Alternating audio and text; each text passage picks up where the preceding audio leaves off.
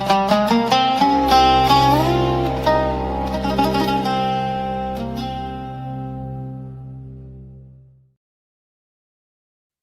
to another episode of the Olive Roots podcast. I'm your host, Chose Ayub.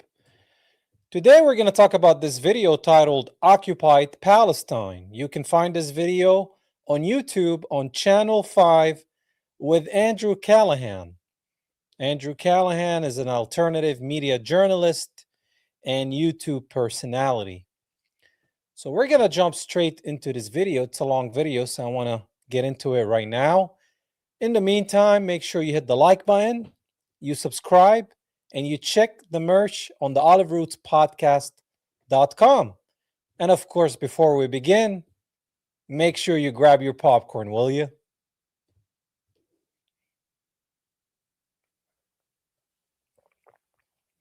Thank you all for tuning in.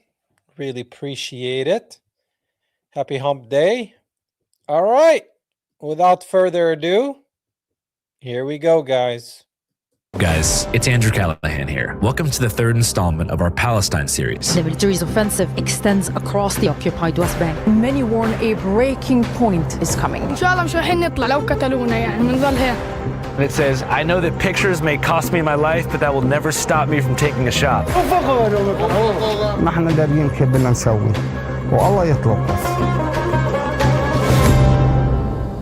After getting a look at the Eygi refugee camp in Bethlehem and checking out the system of urbanized apartheid in the Palestinian city of Hebron, our driver Musa thought it was time that we checked out the rural frontier of the conflict between Palestinians and legal Zionist settlers. As he explained, it was quite different. While Hebron was an example of erasure and segregation in the urban core, with Israelis living directly on top of Palestinians, literally on top, the villages on the outskirts are suffering frequent, often unnoticed attacks. Here, the Israeli army doesn't need a mass shooting to justify Palestinian displacement. They just declare an entire region as a military training zone, like for dropping bombs and testing out artillery, giving themselves a legal zoning loophole to attack and displace the Palestinians living in the area. To give us an example, Musa took us up to Masafer Yatta, a collection of Palestinian villages in the southern Hebron hills. It's a place that gained international attention through the Oscar-winning documentary No Other Land.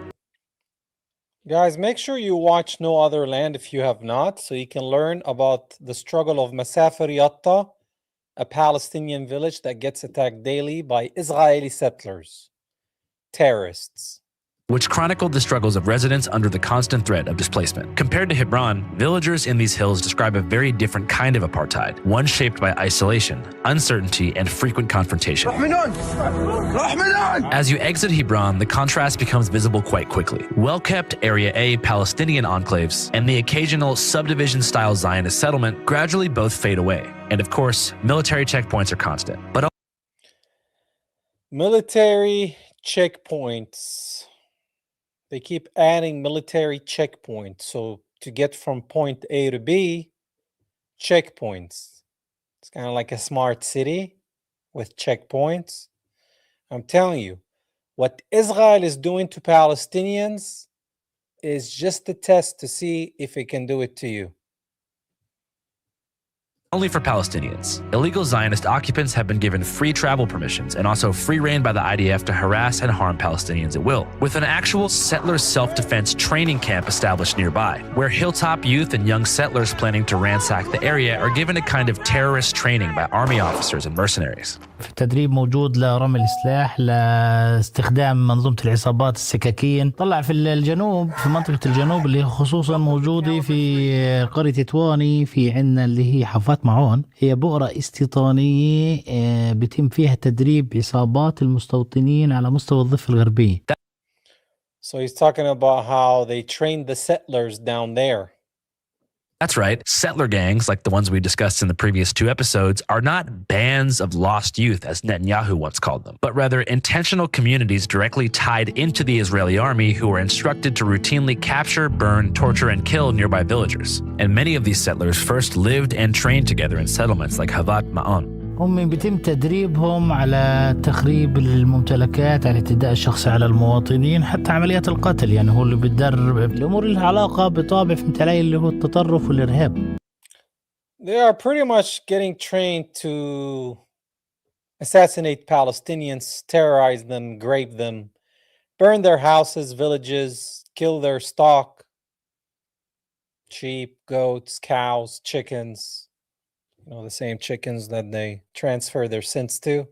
Yeah. بدرجة أولى يعني. Do you know how many people they've killed and how many people they've displaced, let's say in the past couple years? طبعا احنا بنحكي عن فترتين عاشوها الناس. الفترة الأولى ما قبل اللي هو 7 أكتوبر، الحرب اللي كانت موجودة هنا في غزة، وما بنحكي ما بعد 7 أكتوبر، يعني هو كان إشي موجود وزاد سوء. So they already were doing the same things before October 7, but after it's on steroids. You know numerically how many people have been killed by settlers in Palestine since October 7th? 1,000 in the West Bank. 1,000, of course, being a round number. The Israeli attitude is that there are no innocents. This was actually said by a government official. There are no innocents. Official government personnel. There's no innocent people in Gaza or the West Bank.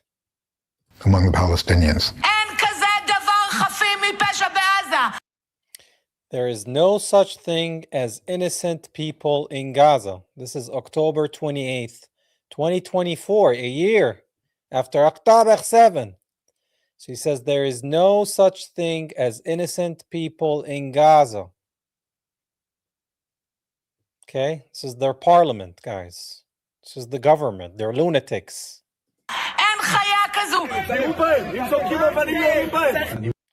If Palestinians are throwing stones, shoot them.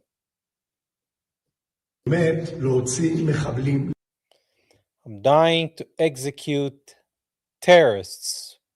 When these demons use the term terrorists, they mean anybody. Man, woman, children, animals, trees.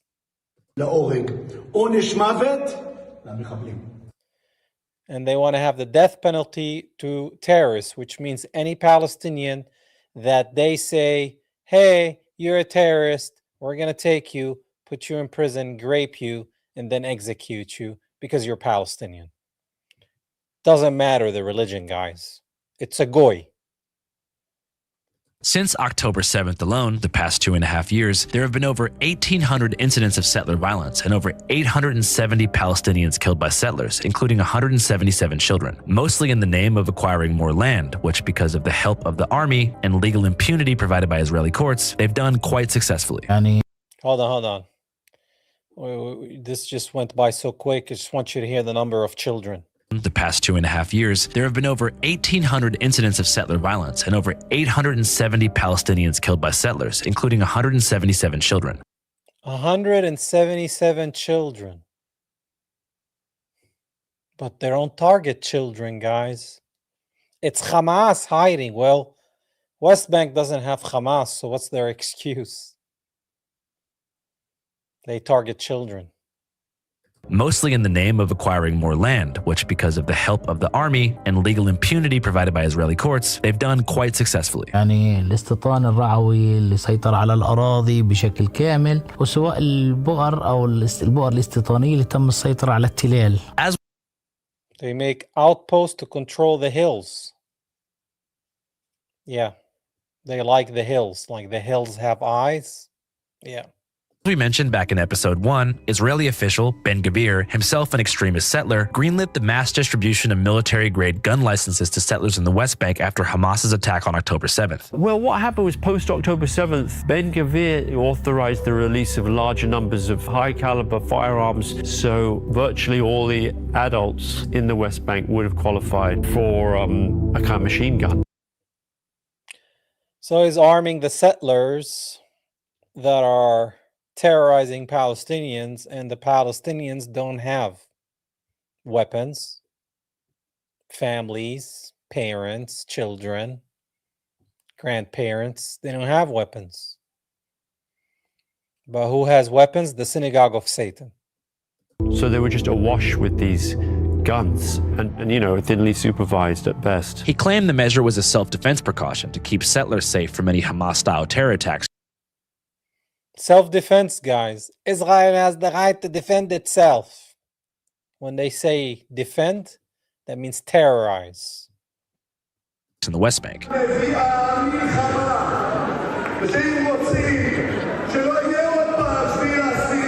Of Of course, no such attack would ever occur. In fact, the opposite happened. The settlers then used these weapons to escalate violence against Palestinians, Of course.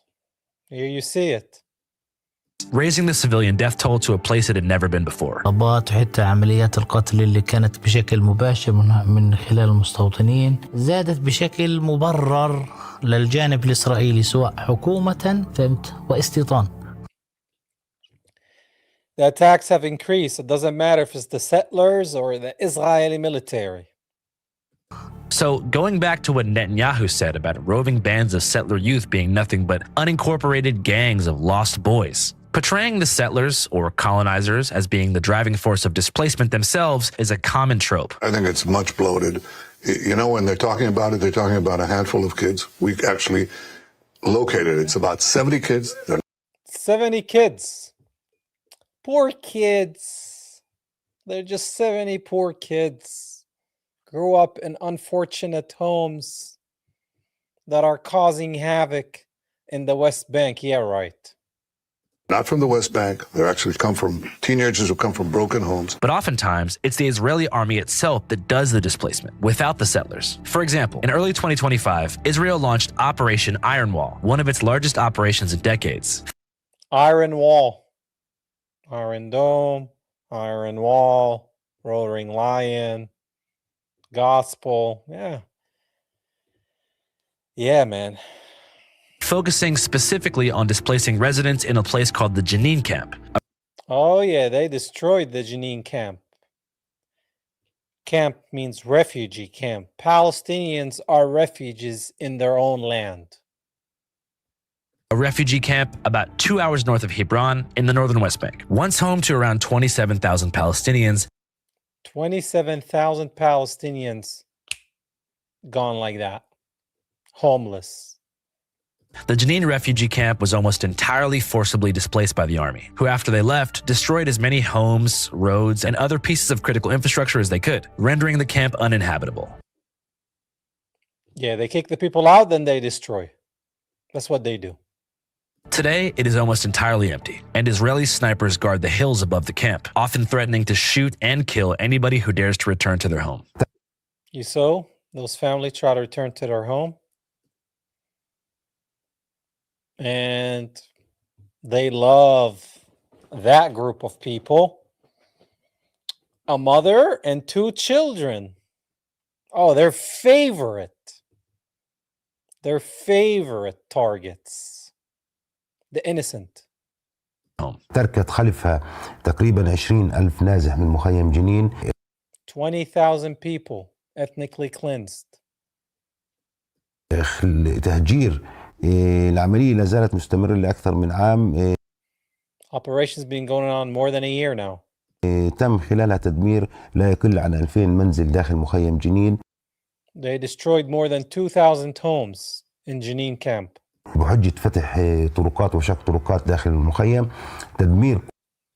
Look how they destroy the roads, the streets, the shops with their boat. Look at this. Just want you to understand what we're dealing with here.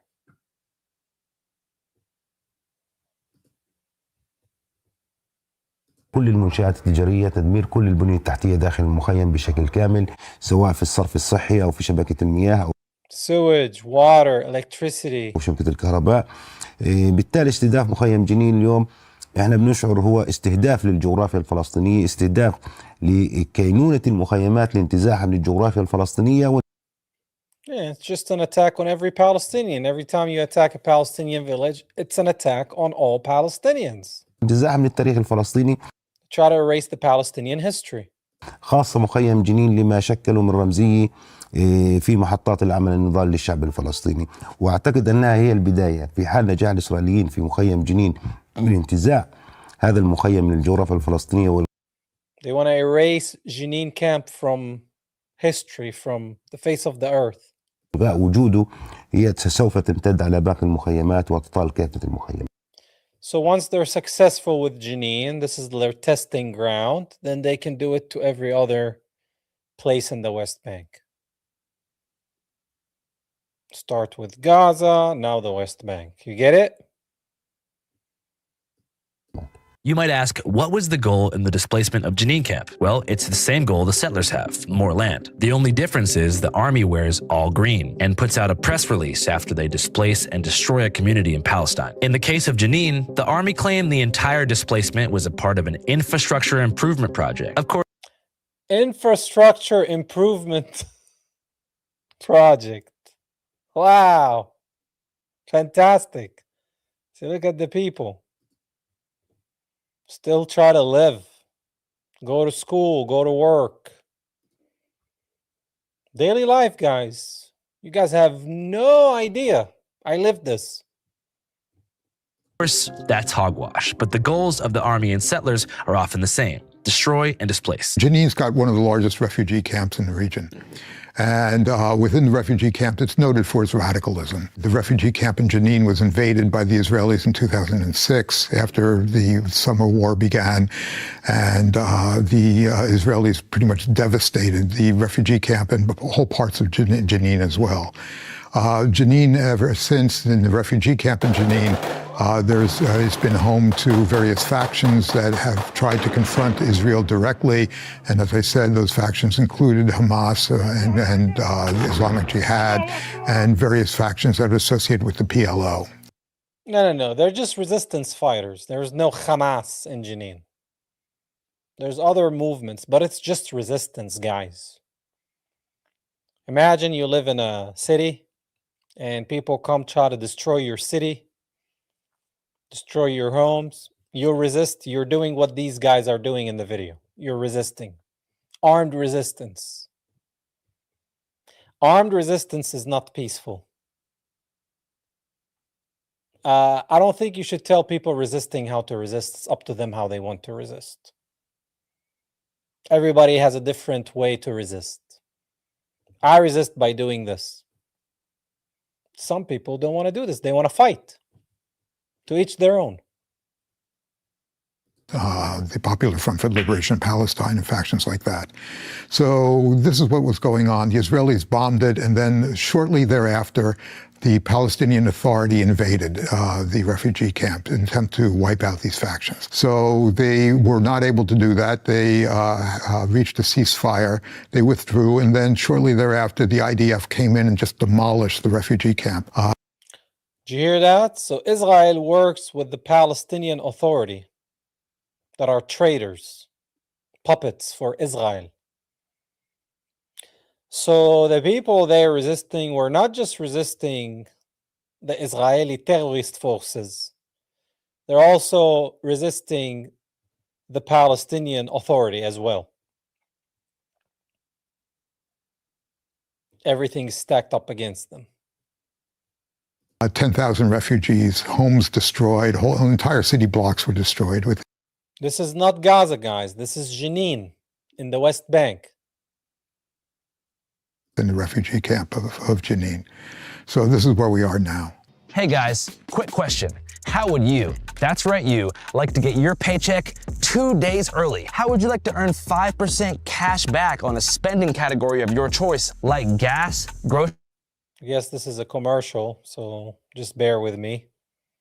ATMs nationwide, all while earning 3.75 for banking. Chime offers a smarter way to manage your money because they believe that money should be a tool that moves you to the nearest dollar, and that difference goes direct to actually earn on it. But check this out, 153.5 subscription box or scan the QR code right now. All right, back to Palestine. What can you tell me about these names here? So they are volunteers, different countries. They were here to give solidarity and support. I'm gonna show you the names.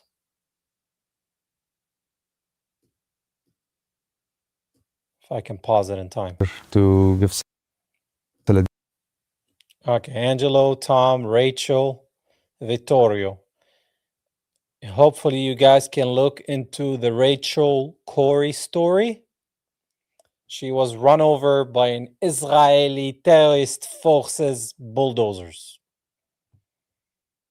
in 2016. In 2004. March 16th, 2004. and supporting the Palestinians. Rachel, she was killed in Gaza by the colonizer while she's trying to stop the bulldozer destroying one of the lands for one of the Palestinians in Gaza there. Always, of course, they treat the foreigners a bit different than the Palestinians, but sometimes they don't care. And if they see you in the same place and trying to defend and participating with the protests and things with the Palestinian, they don't mind to kill a foreigner. Nowhere on American news. Or maybe they just like, Rachel, okay, next thing, you watch the NBA game? Yeah, there was a girl from my hometown who got killed after October 7th by the IDF. Where about? I think it was in Gaza. In Gaza? She was doing humanitarian work along the humanitarian border there, with helping with supplies. I think she was somewhere between a journalist and an activist, but she got killed. When we talked about risks of my sister going to the West Bank, death was definitely at the top of my list. And that was in the West Bank. She got killed in the West Bank. Concerns, and to receive a call and to be woken up by my husband in the morning saying that she was dead and that she was shot in the head by an Israeli soldier. Shot in the head. It's not a mistake, guys. There's no mistakes.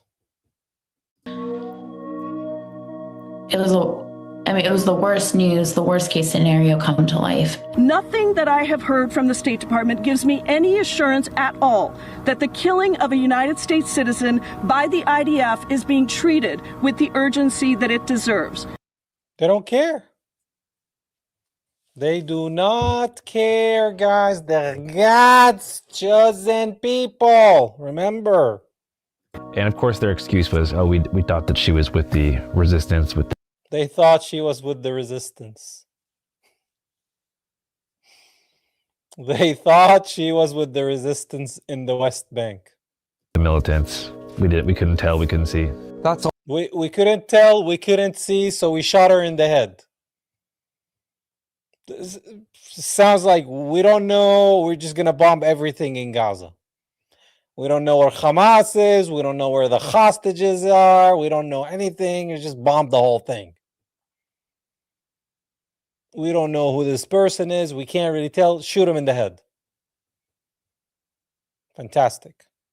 Always they use the same excuse when they do a crime, to be honest. Rachel, she was killed in front of the camera and clear for the whole world what she's doing. And they killed her. They don't care. I don't think the colonization needs an excuse. Yeah. They could do whatever they want because in the end of the day, no one will gonna punish them or deal with them. 23-year-old stands in front of an Israeli bulldozer in Gaza. The bulldozer drives over her, crushing her to death. An Israeli investigation took 1 month and found no Israeli soldier was to blame. During our stay, we saw countless murals and memorials honoring citizens, humanitarians, and journalists who have lost their lives during this conflict and the ones before it. Since October 7th, Israel has killed more reporters than any other army in any conflict in recorded history, with over 250 journalists just like me killed while attempting to report on these atrocities in Palestine. They target journalists. As we left the memorial, I couldn't help but feel the reality of the situation setting in. With violence against humanitarians and journalists occurring on a regular basis, perpetrated by both the Israeli government and settler population, I felt a bit nervous, and it was hard to imagine being Palestinian having to live with this constant anxiety day and night. Day and night. Non-stop, guys. Terror. Every day and every night. Around sunset, we traveled into a small village in the hills of Al-Mufakara, just south of Hebron, and spoke to villagers midway through the process of setting up a nightly patrol to protect their community from settler attacks. احنا من الحراسة هذه من 7 أكتوبر ورجاي نصبنا هنا خيمي على أساس أن نقعد فيها ونتضارب فيها عن السقعة فما قدرنا ما زبطت معانا جابوا لنا الإدارة وعطونا. They tried to set up a tent to stay, protect their land. It didn't work. They brought the soldiers. And they gave them 24 hours to remove it, or they would. نختار 24 ساعة إذا ما بتقيم بيدك أنا بجيب أهدها فاضطرينا نعمل كوشوك زي ما أنت شايف فبنضل باستمرار يعني إحنا مراقبين المنطقة وحارسين للمنطقة. So we decided to put all these rubber tires and try to protect our land. لخوف يصير علينا أي هجوم في الليل ما نقدر ندافع عن نفسنا أو ما نقدر نحمي أولادنا. So we have to defend our children. So we have to stay awake every night to make sure we can defend our children. وشو ما ضايقوا وشو ما استفزوا قاعدين غصب عنهم. Doesn't matter how much they try to do, we're going to remain in the land. وعن اللزع منهم. أرضنا ما بنسيبها. This is our land. We're not going to leave it. Would you leave your land? Without any effective leadership, they say that peaceful self-defense measures are their only option. فإحنا يعني مش عارفين لمين نتوجه حتى نعرف وين كيف نحصل على حقوقنا وأرضنا. We don't know who to contact to keep our lands. Paperwork. We don't know who to deal with. أرضنا منعونا إياها. بيحاولوا فينا من قبل 7 أكتوبر ولقوا 7 أكتوبر حجي. They've been attacking us before October 7 and now they're using October 7 as an excuse. الأحداث اللي صارت هجموا علينا عدة مرات وكسروا الدور. They attacked us many times and destroyed our homes. اضطرينا إن نجيب شيك شبك زي الشفرات. They started installing barbed wire. هذا مقابل إنه ما يدخلوش على الأطفال. So they don't come to the children. اللي يدعسوا الأطفال. اليوم الصبحيات دعسوا من الدواجن بطة. They ran over our geese this morning. قبل فترة دعسوا كلاب وغنم and dogs and sheep. وكانوا يجيبوا لنا فطايس من عندهم يفطسن ويرموا لنا إياها باب. Carcasses. They will grab some dead animals and throw them at the family. Bro, like you guys have to understand, these people are demonic. دور. على أساس إنه كيف يعني المفقرة ناس قاعدين وساكتين ما سووا مشاكل. We're people that don't start trouble. We just mind our own business. والتزموا حفاظا على أولادهم وعلى حالهم وعلى بيوتهم. واقتحموا الخربة من جميع النواحي يعني طوقوا الخربة تطويق They surrounded us completely from every direction. حديتهم بس كيف نزلوا من السيارات بلشوا في الخربة قنابل صوت وفلم. Sound bombs. They came out, attacked us. يضوي فلم في الجو ضوى الخربة كلها. And at night they lit up the skies. ويضرب قنابل صوت ما في دار إلا ما ضرب عليها قنبلة صوت صار You saw that? Yeah. تاريخ الأولاد الصغار فغير Kids are yelling. The women. النسوان يعني منظر. قال لي إذا بصير مرة ثانية بيجي أي مستوطن بيحكي إن كنتوا رجمتوا حجار أنا باجي هان بحرق الخربة حرق. If a settler comes again to complain to me, that's what the Israeli soldiers said. If a settler comes to complain to me that somebody threw rocks, I'm going to burn the whole village. The soldiers. In addition to the civilian attacks, home demolitions, and other war crimes committed every single day, settlers have also used animal abuse as a way to try to force Palestinians off their land and create terror. For centuries, people in villages like in Masafer Yatta have made their living through agriculture and livestock, and it's been passed down through generations. Shepherds. Shepherds. Who was the good shepherd? Jesus Christ. Providing food, money, and forging a deep connection to the land. Because of this, settlers will steal, torture, cut the eyes out of, or even kill the sheep that belong to villagers, typically. Cut the eyes out of the sheep, guys. Steal, kill, cut the eyes out. Who does that? By going into their houses or farms to commit horrible crimes against these animals. Did you see that? Look at this. Providing food, money, and forging a deep connection to the land. Because of this, settlers will steal, torture, cut the eyes out of, or even kill the. Here, I'm going to put this in full screen so you can see. Sheep that belong to villagers, look at the bottom left. Typically by going into their houses or farms to commit horrible crimes against these animals. Intentional infliction of trauma and terror aside. I mean, it doesn't get more demonic than that, guys. Without any source of food or income, communities often starve, have to move elsewhere for sustenance, and slowly disappear as nearby illegal settlements grow and continue to expand. المستوطن وصلت فيه يسرح باب الدور بالغنم وغنمنا محشرة في الدور إن سنتين غنمنا ما طلع من الأسير مع He's bringing all his sheep, which are stolen from other villages, and we can't even let our sheep out. Our sheep is stuck. الأرض أرضنا والمستوطن صارت هي أرضه. It's our land, and now the settler, which is a terrorist, says it's my land now. إحنا أهل الأرض ما إن ممنوع نتحرك من الدور. يعني It's like we can't even move around our houses. استفزاز وصل معنا فوق ما احنا متضايقين وضايقونا البؤر اللي انتم شايفينها كيف مطوقة المفقرة تطويق. On top of all the settlements that is around us, احنا كمان ضايقنا على حالنا مشان نحمي حالنا ونحمي اولادنا. we're trying to protect our children. فحطينا القدير هذا اللي انتم شايفينه ضايقنا على حالنا اكثر بس مشان نحمي اولادنا. And we put barbed wire, made our areas even smaller just to protect our children. As we conducted this interview, a settler rolled up on an ATV, apparently employing a common tactic of intimidation that settlers like him use on villagers every single day.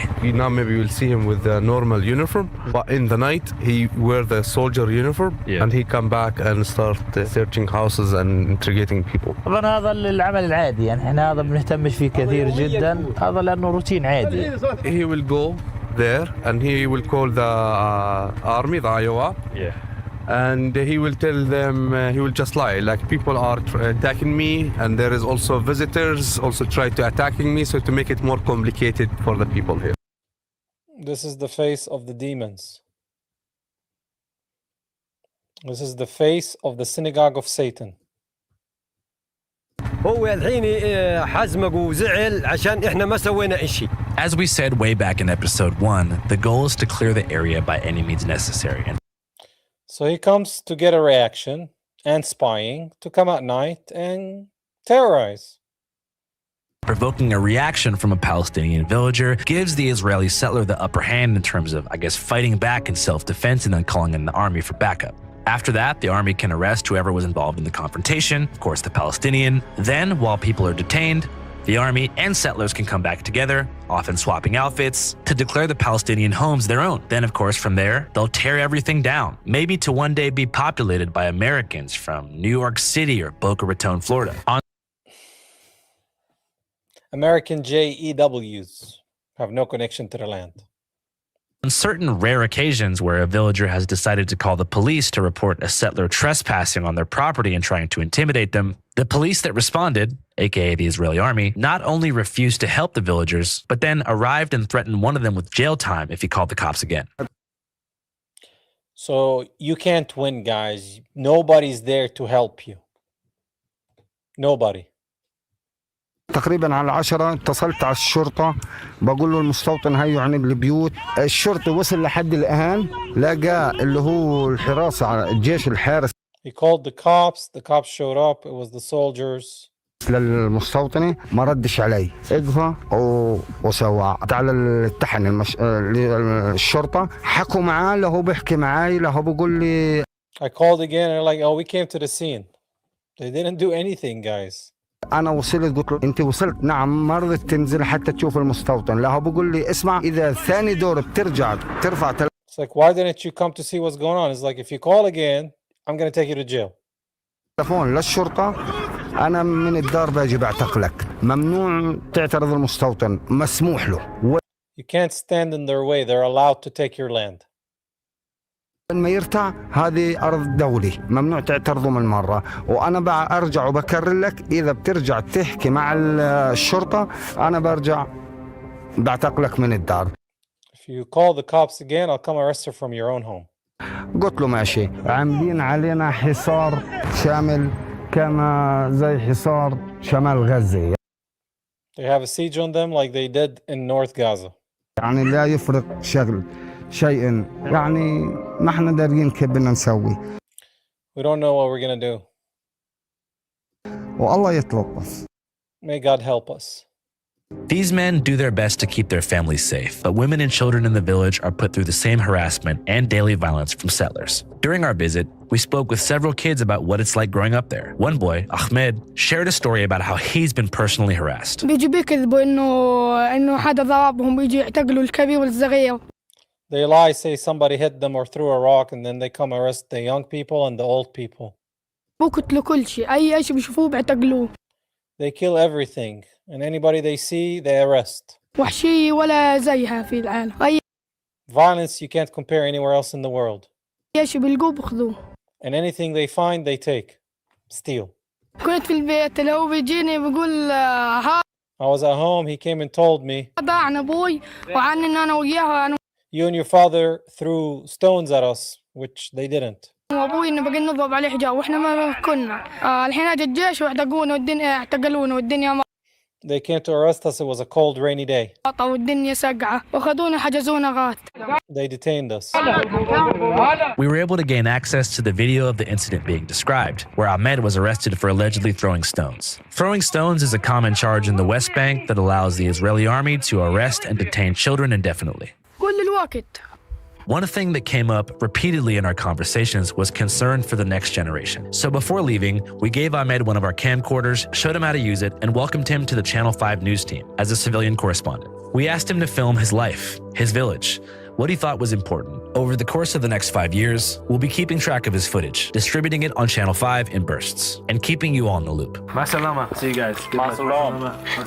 With the absence of an effective Palestinian government and no real method to get justice, legally speaking, people like those in the village can only make their case to one authority, the media, like us. But even speaking to journalists can result in arrest, especially if they're found to have distributed videos of settler attacks directly to a media member. That in itself carries a penalty. For this reason, the distribution of media depicting settler attacks, like iPhone videos and stuff like that, is done on encrypted platforms, where videos are sent, collected, and distributed by an organization called Al-Haq in Ramallah, who recently had their YouTube channel taken down.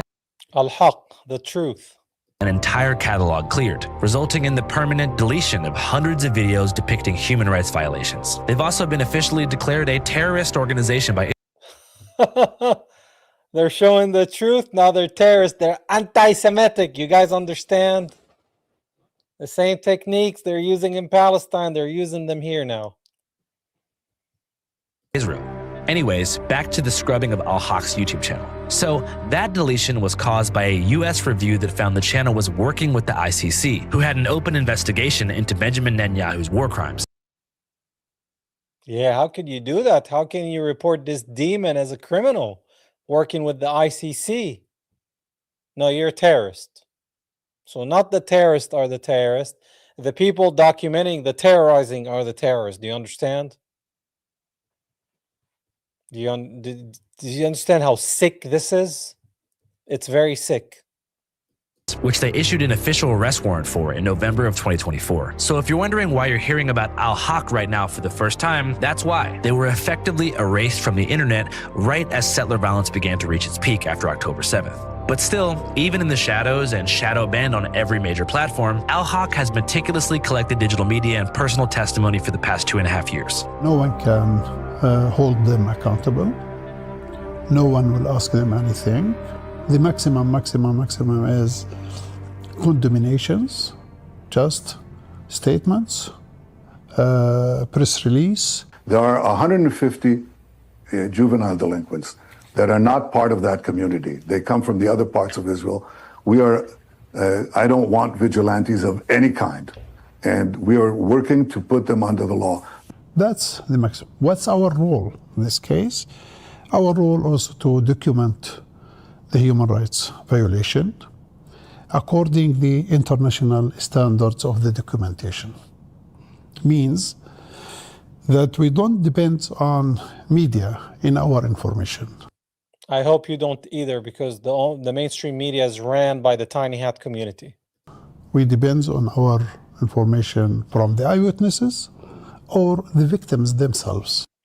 But apparently this is anti-Semitic and terrorism. And we don't document everything. We have no capacity to document everything. But we said right to life is fundamental right. Now when it comes after October 7th, I think they said that we have free hands and there is no limits. I am one from those they think that the Israelis, they have limits. I used to think like that. And I think it's a mistake. I discovered that they have no limits. They have no limits. The devil has no limits of what he is capable of doing and what he will do. Yep.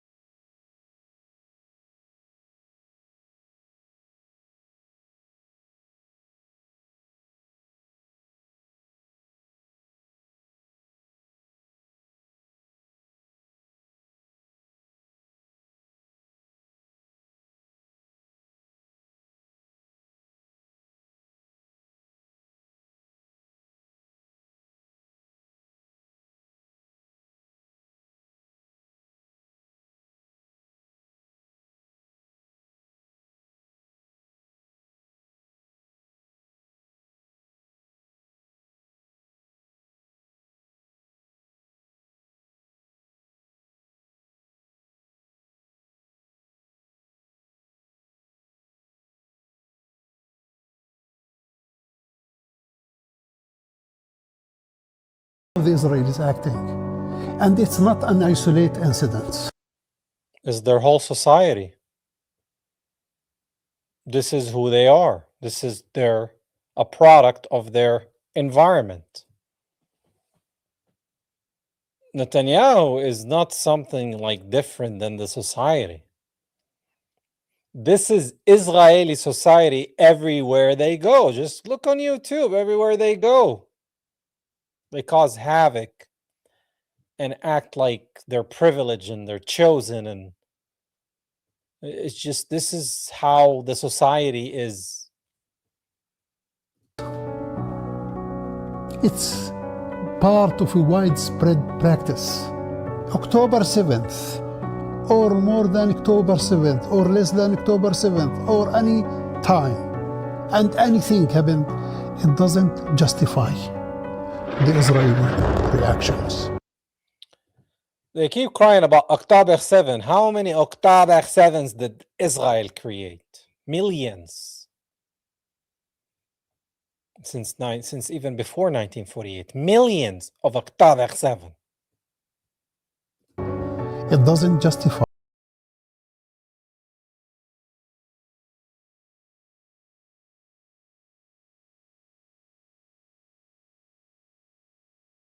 to kill babies. Well, the Talmud does. Justifies all of that. We're goyim.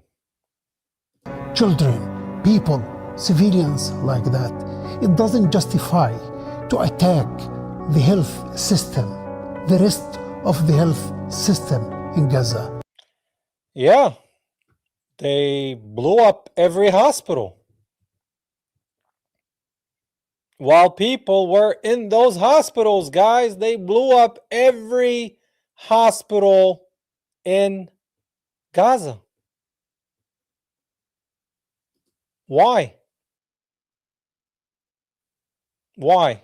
Hamas? Yeah. Okay. Hamas. To go, for instance, and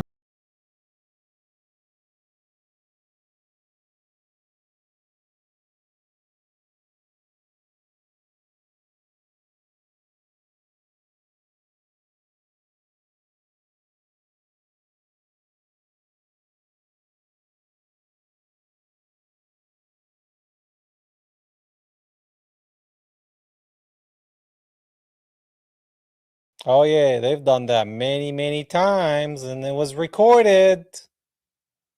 it just doesn't justify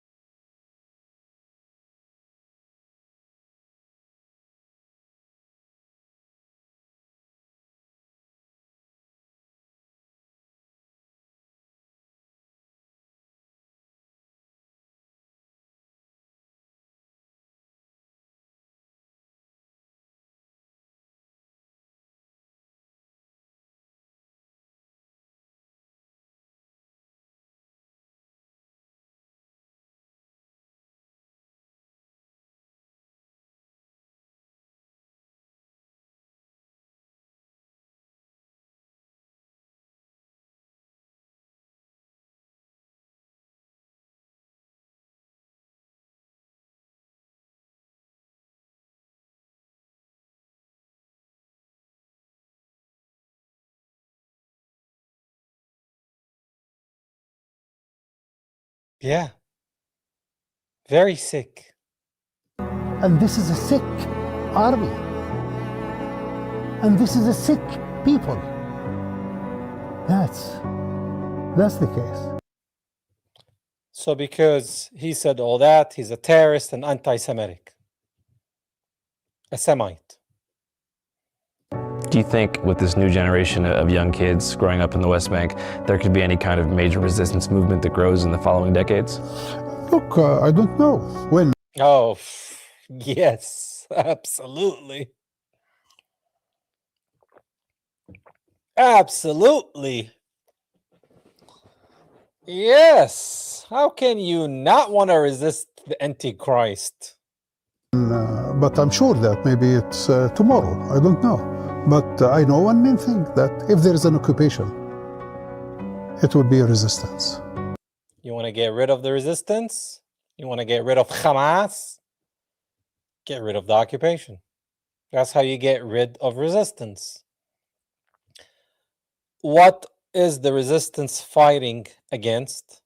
The occupation.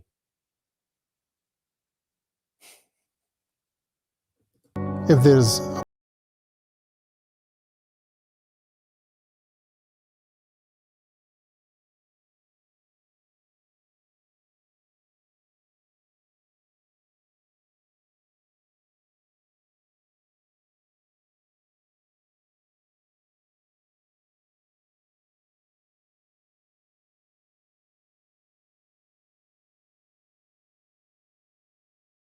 God promised me the land 3,000 years ago. If you look at settler colonialism, you see that this has been a way in which colonists have been able to so-called clear the land. I mean, the American move to the West, for example, was, very, very similar to what the Israelis are doing, clearing out a population. I just can't believe in this era, I'm sure you're used to all this, but like with cell phones, that there's still a place where someone can kill you, illegally occupy your village, kill you, take any of your stuff, and then the army's okay with it, and you can't prosecute them, you can't do anything. Can't. So if you were living in one of these villages, like in Masafer Yatta, and you called the cops, who would pick up the phone? The IDF controls the area. يعني الشرطة صرنا نتصل على الشرطة، الشرطة تودي جيش. You call the police, they send you the army. الجيش موالي للمستوطن. The army supports the settlers. So you're calling the settlers. مواطنين لأول مرة بنشوف مواطن لابس سويل يتحكم في اللباس العسكري. We saw so many settlers dressed in their own gear controlling the Israeli military.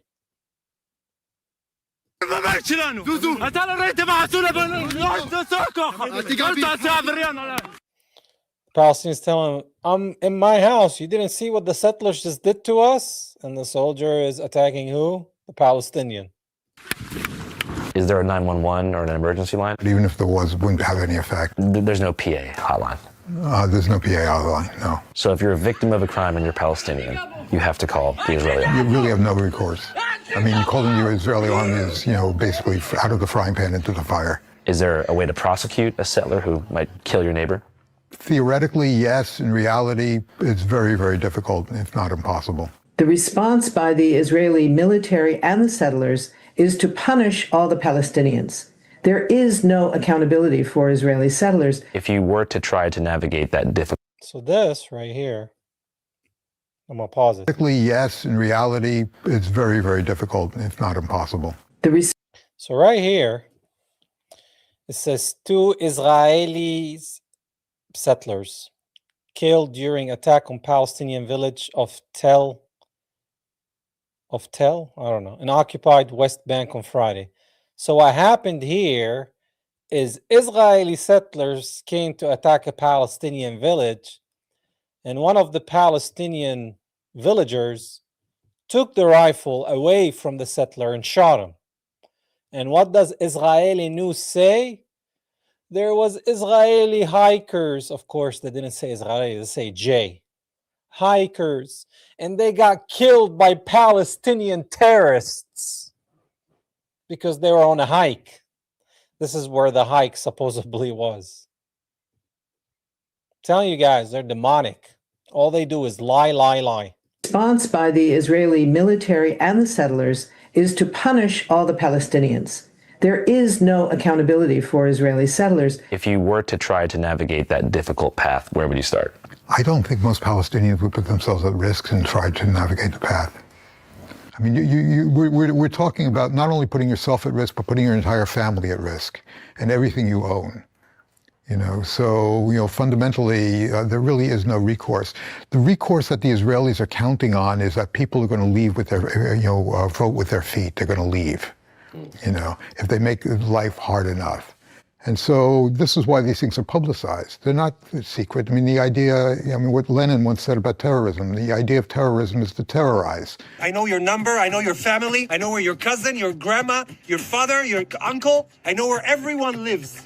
The idea of these things is to terrorize people into leaving, make them vote with their feet and get out. Same thing in Gaza. The number one goal is to clear the area. Understanding the difference between legal consequences for Palestinians protecting their land versus the settlers attempting to displace them illegally can be confusing and contradictory, but it's reality. It's interesting you said they're not recognized by the Israeli government. And I feel like outposts, not the in outposts, settlements, but I feel like there's this gray area that they love to kind of like dance around because there is a relationship between Ben Gvir and the outpost settlements, right? I mean, I don't know how it works functionally, but the attitude of Smotrich or Ben Gvir or Daniela Weiss, who I interviewed, would be, it's not the West Bank, it's Judea and Samaria. Judea and Samaria.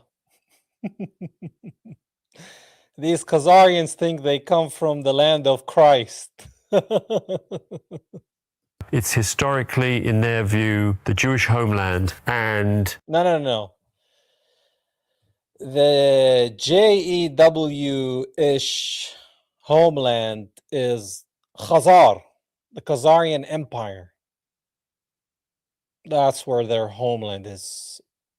Or hell, they can pick either one. Therefore, it should all be settled. They're only sorry that there's basically any Palestinians there. And they'd like to see more, all the settlements, they want to see it all annexed. The West Bank has not been annexed. It's under occupation. So it's in this weird limbo of 60 years of being controlled by the Israeli military, but not recognized officially as part of Israel. So there's 3 million Palestinians who don't have full rights. They don't have voting rights. They don't have their own nation.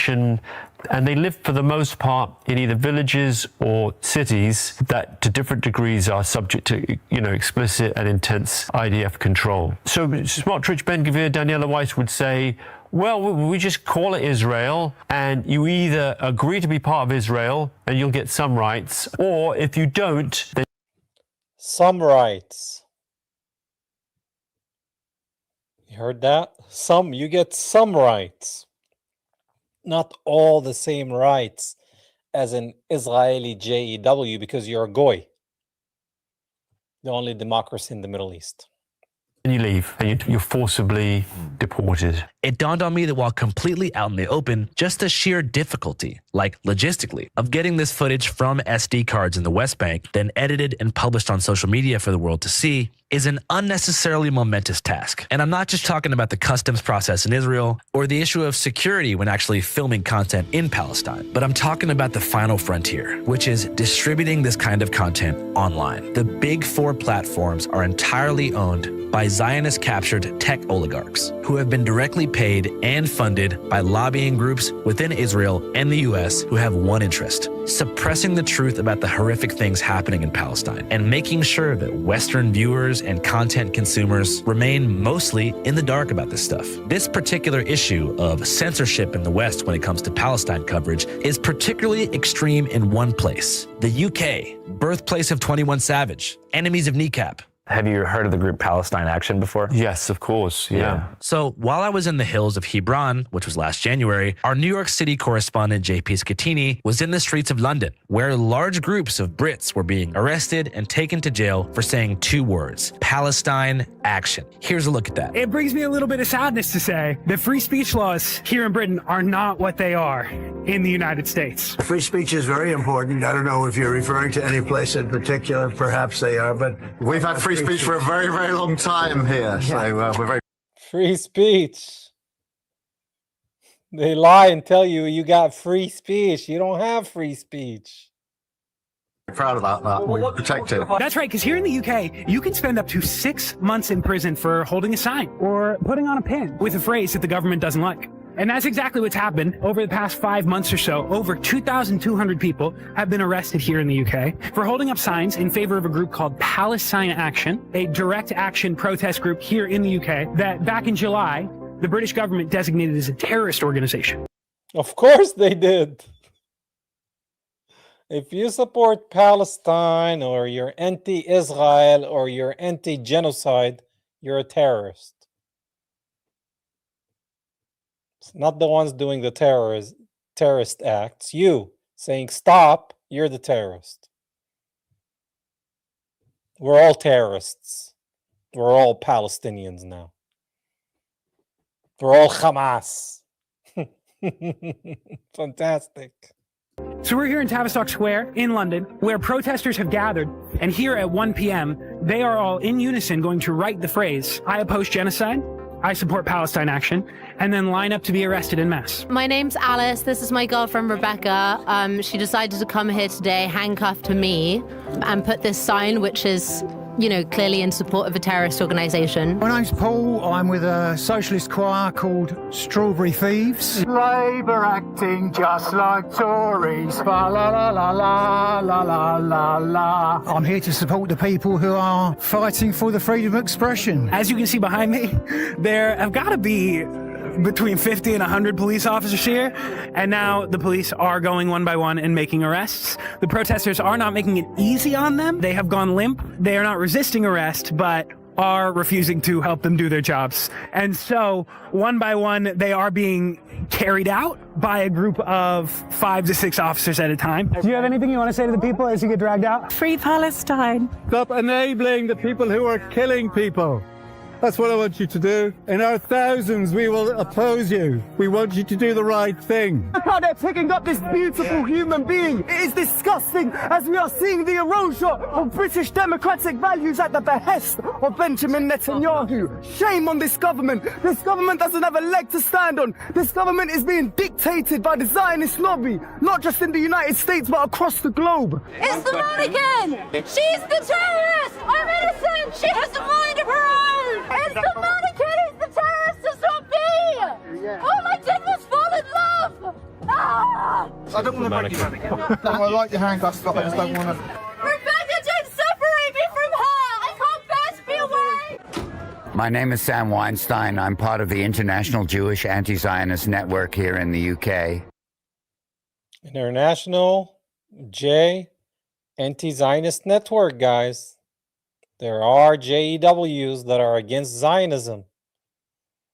And I'm here to support people who are opposing genocide. The fact that you can be arrested for protesting the prescription of Palestine Action and for opposing genocide is insane. And this is taking place after the United Nations believes that Israel is carrying out a genocide in Gaza. The fact that for holding a sign you can be labelled a terrorist in this country is absolutely nuts. The amount of police officers that is here today just shows the priorities of this state in suppressing any kind of political dissent. That's what we're here to highlight. It is insane when you think about it. People going to the street saying stop supporting and arming Israel, stop the genocide, and this is what happens. We live in a crazy upside down world. And everything we were taught is a lie. And we thought that these people in suits running these nations are looking out for the people, and they're not. And the ones that were taking care of their people, they were called dictators, and, you know, everything is a lie. Everything is a lie. The value of paper we call money is a lie. The mainstream media is a lie.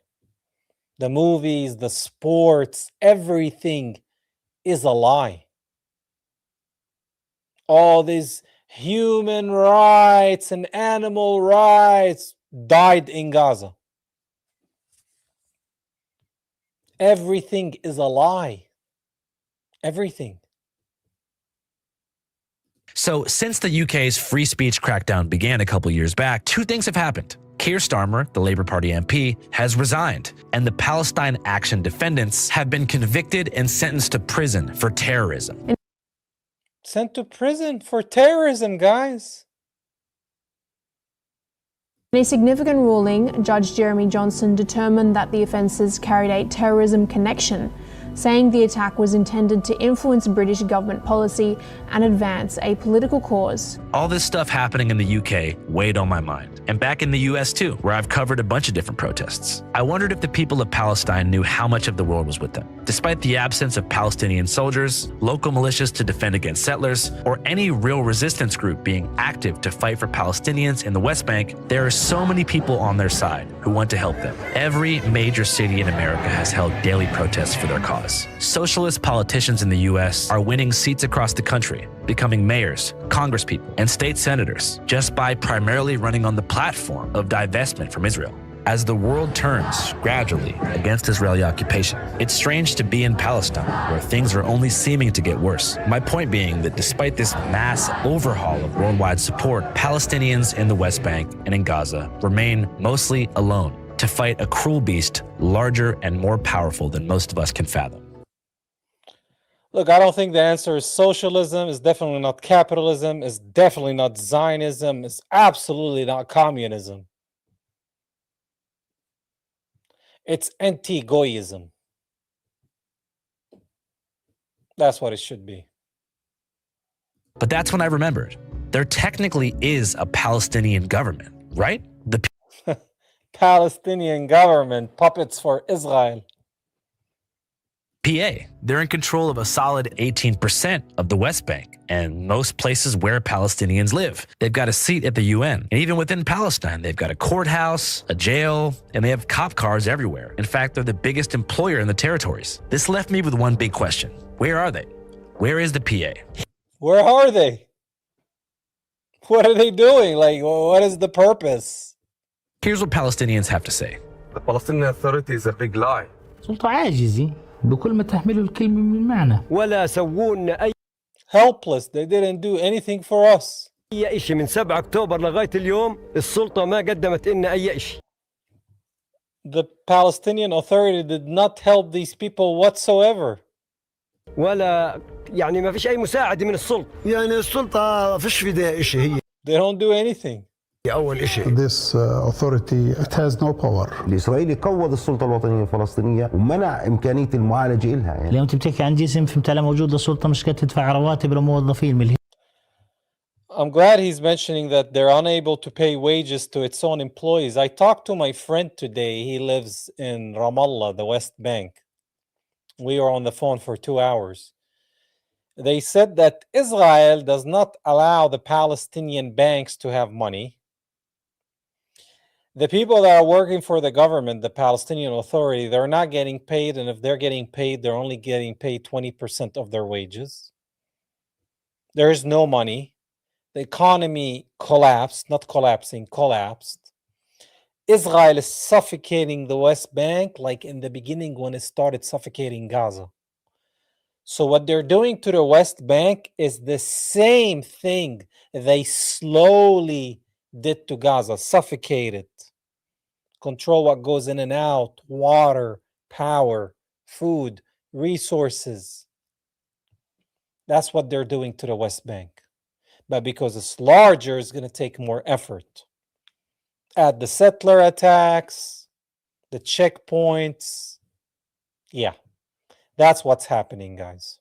السلطة ما لهاش عندنا أي سلطة. ما في لا سلطة راح تسوي شيء ولا الدول العربية مسوي.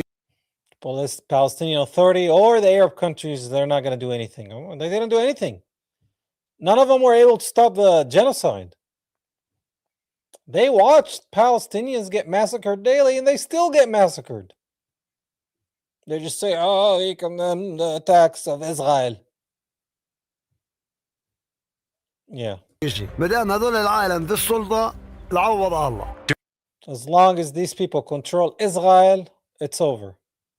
We are over, Palestinians. During my time in Palestine, the PA had been like a ghost, hardly even there. And despite my best attempts to reach them, I was unable to make contact. But on the last day, our team got a call from the head of security services, the equivalent to the general of the PA army. He said he wanted to meet up to discuss what could be done to resist settler expansion in the West Bank. Okay, let's see. So I took a trip to Ramallah for the meeting. Ramallah is where my friend lives. His name was Anwar Rajab, Brigadier General of the PA. Anwar Rajab. A former bodyguard for Yasser Arafat during the Second Intifada, now in charge, who claimed he had a plan.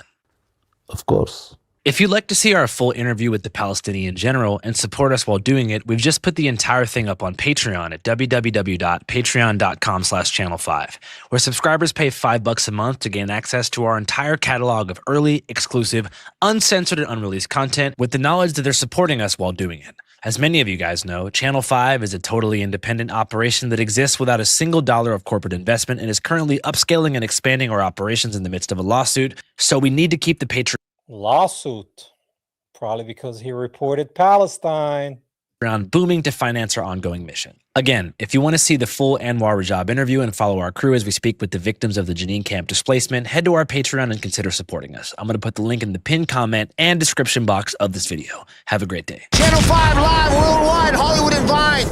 All right, I guess it's not on here, but it's on Patreon.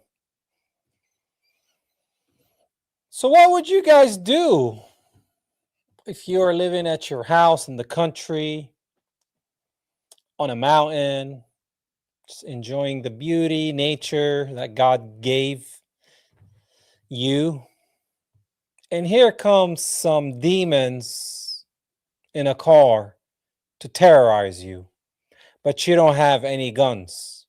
What would you do? What would you do? Would you resist? Or would you let them grape you and your children and your wife? What would you do? That's what I wanted to share with you today, guys. Thank you all for tuning in. I'd like to open up the floor for the community. Thanks to all of you for tuning in. I really appreciate it. Thank you for the support. It means a lot. All right. Let's see what we got. Thank you for the gifts, Skywatcher. I really appreciate it. Christ is King indeed. How's it going? Just like the Bible says, contrary to all men. Yep, they are. They're contrary to all men. Jesus did not skip a beat when he talked about these people. Thank you, Warrior of Light. I really appreciate it. And thank you, Skywatcher, again. Thank you, Annie. Appreciate it. Trash Chick, thank you. That Israeli architecture is so ugly. Yeah, because it doesn't belong in that region. It comes from the Soviet Union, the Bolsheviks. That's where it comes from.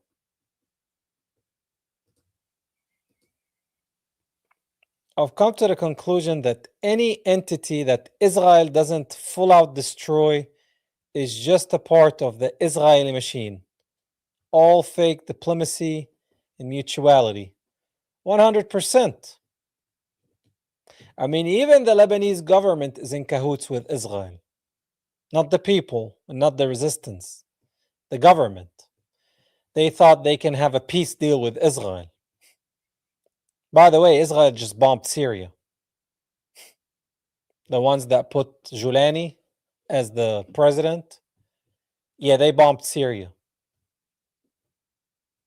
Yeah.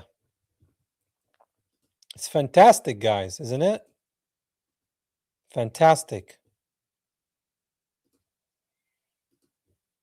Thank you, kind Amalek.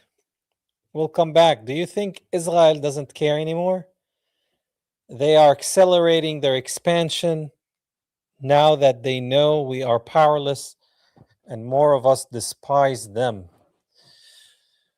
Well, the same thing that happened to Germany, I believe, is going to happen to America. Well, not Germany, all Europe. Remember World War II? This was not just Germany, guys. It was Europe minus United Kingdom because Rothschilds. So America's heading in the same direction. They're realizing who's controlling everything here. And Americans are sick of it because we're struggling financially. We're sick of it. We're sick of sending our money overseas instead of investing in the future of our children here in the United States. So I think, in a way, this is all going to be part of a plan. Because if that happens in America, like it happened in Germany, and then it starts spreading around the world, which you can see slowly it is, all the JEWs will be attacked because of Israel. They're affiliated because of their religion. Israel says we represent all the J's around the world, so every J is guilty. That's how people are going to view it. So it's going to spread like wildfire. So they're not going to feel safe unless they go back to, or go to, they never were there, unless they move to occupied Palestine, also known as Israel. They're fulfilling their own prophecy. Yes, you have people here resisting that and all these mouthpieces like Randy Fine, Larry Loomer, Ben Shapiro. But the plan is to create so much anti-Semitism and beyond that for people to start actually creating acts of, you know what, anti-Semitism, like World War II acts. So they all have to run to Israel. And at the same time, the Third Temple, Noahide laws, Mashiach, all that. And while the evangelicals think, well, all Israel will be saved, they think when God says Israel in the Bible, it means 1948 fake Israel. They don't know that it means the believers in Jesus Christ will be saved because we believe in the Savior, Jesus Christ, our Savior. That's how you're saved. It's not, I can't save myself. It's Jesus who saves. So yeah, maybe it's part of the plan. Maybe that's why they're going hard. Because they want anti-Semitism. So everybody can be scared and they can run to Israel. So you can have all the JEWs from around the whole globe escape and go to Israel. Well, you got what? 6 to 7 million in Israel and 6 million in the US and sprinkles of them around the world. So what, maybe 15 million of them? Maybe the goal is to have them all go to Israel so they can fulfill their own prophecies. Or maybe God is orchestrating all that. I mean, we don't know. We have no idea. I have no idea what's going on. I'm just kind of like guessing here. Nobody knows how this is going to play out. And whoever tells you knows is a liar. Because nobody knows the time of the day. Jesus comes like a thief at night. It could be tomorrow. It can be 100 years. It can be thousands. We don't know. We think it's bad, but it's going to get worse. So I don't know. I just know as far as Israel, yeah, they don't care. They're going all the way in. They realize that nobody's going to stop them during the genocide. And then they started again in Lebanon after Gaza. And they're like, okay, really, nobody's stopping us. So let's take the West Bank. And now they're going to get more greedy. Let's take Lebanon. Let's take Syria. Soon you might hear something with Jordan, like randomly. And people are like, oh, Jordan? Yeah. They're the synagogue of Satan. Remember, they want the greater Israel, guys. That's their ambitious. Canadian Greek me, thank you. When Jesus returns, they will pay. Until then, pray. That's a good one. When Jesus returns, they will pay. Until then, pray. Yep. That's a good thing to put on a shirt, man. I like that. They will pay. They will pay. Yeah. The Palestinians can't escape even if they wanted to. Yeah. Like, what are you supposed to do? And these people cannot just leave everything they know to go to another country, guys. Some people just don't want to leave. I left. But a lot of Palestinians, they're like, no, I want to stay. Because they want us to leave, so we're not going to leave. I'd rather die than leave. That's the mentality. And you have to understand, the Palestinians, their faith is, regardless of the different religions, faith is a huge part of life. Like relying on God, it's a huge thing. Remember, the Holy Land, Palestine. So regardless if they're Muslim or Christian, they're like, God is with us. So you have also the faith element. So they're like, I'm going to stay. And if it's my time to go to the afterlife, then it is. That's the belief. Now, the other side doesn't believe that. They have weird beliefs. You know? Very weird beliefs. Some of them believe in incarnation. I'm like, what? You call yourself an Abrahamic religion, but you believe in reincarnation. But then they tell you, oh no, we believe in God and the wall and Mashiach, Messiah. Yeah. There's nowhere to go for Palestinians. Where are you supposed to go?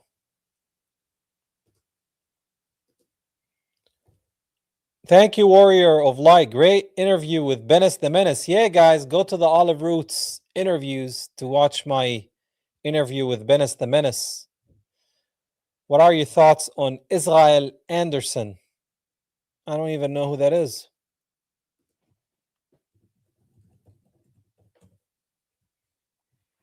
Let me see who that is. Every time I see the name Israel, you know, I gotta think twice. Okay, he has a YouTube page. I don't know too much about Israel Anderson. I think he's live right now too. Yeah, don't know much. I have no idea who he is or what he talks about really, but I'm checking him out now. You got a website.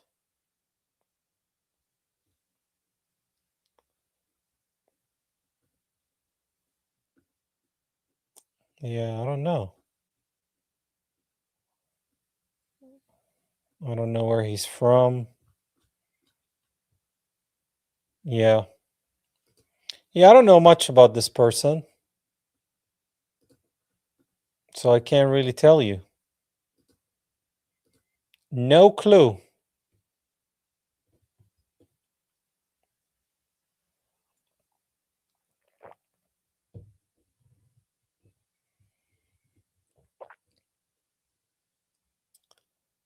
All right, let me see. Did I cover every question? I think I did.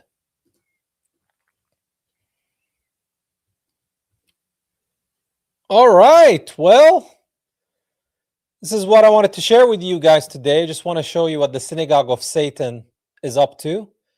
and how they're terrorizing the Palestinians every day. Every single day. Until next time, Christ is King, and always free Palestine. Salam.